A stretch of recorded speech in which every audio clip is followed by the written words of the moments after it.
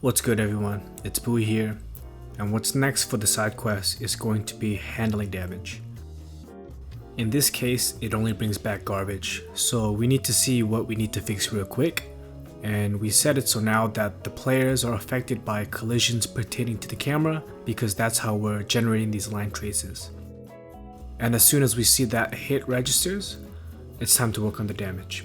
Here we're going to play around real quick to see whether we want the origin of the line trace to come from the player mesh itself or the camera. And because we don't have a gun mesh or anything right now, we're going to opt to have the origin be at the camera because it's going to be more accurate. And of course, we could always change this down the line. With damage means we have health, so we'll just initialize those real quick.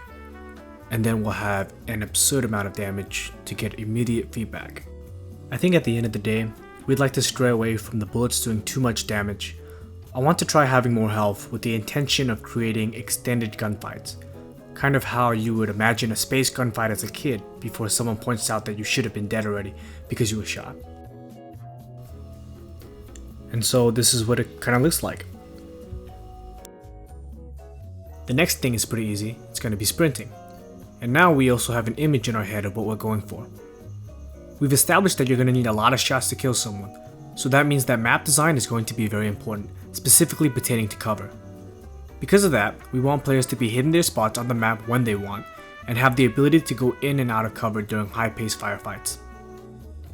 With sprinting in the game, it's very natural to create a stamina system. I want to note that the design decision behind this stamina system and the stamina system in the arena game, while implemented in the same fashion, serve two completely different purposes.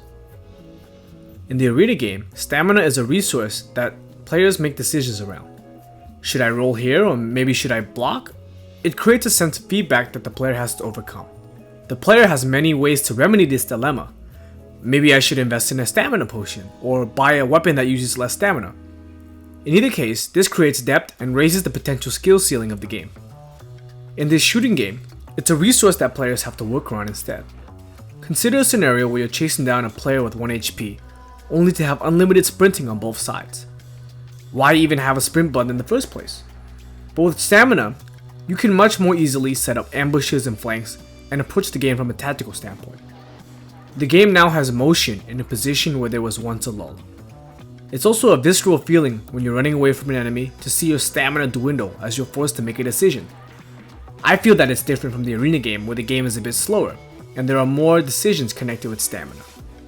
Now we gotta see how everything feels when moving around objects, and everything feels pretty good, so we're good to go. And then we're gonna end the session by creating a quick ammo system. You're gonna see in the end that you can have negative ammo, and that's because we don't run a check to see if we have normal ammo left. I feel like it's good to leave something clear to do for your next session so that it's easy to get the ball rolling. So that should be it for this iteration. We should be going back to regularly scheduled programming this week for the arena game. Hope to see you there. Thanks for watching and be well.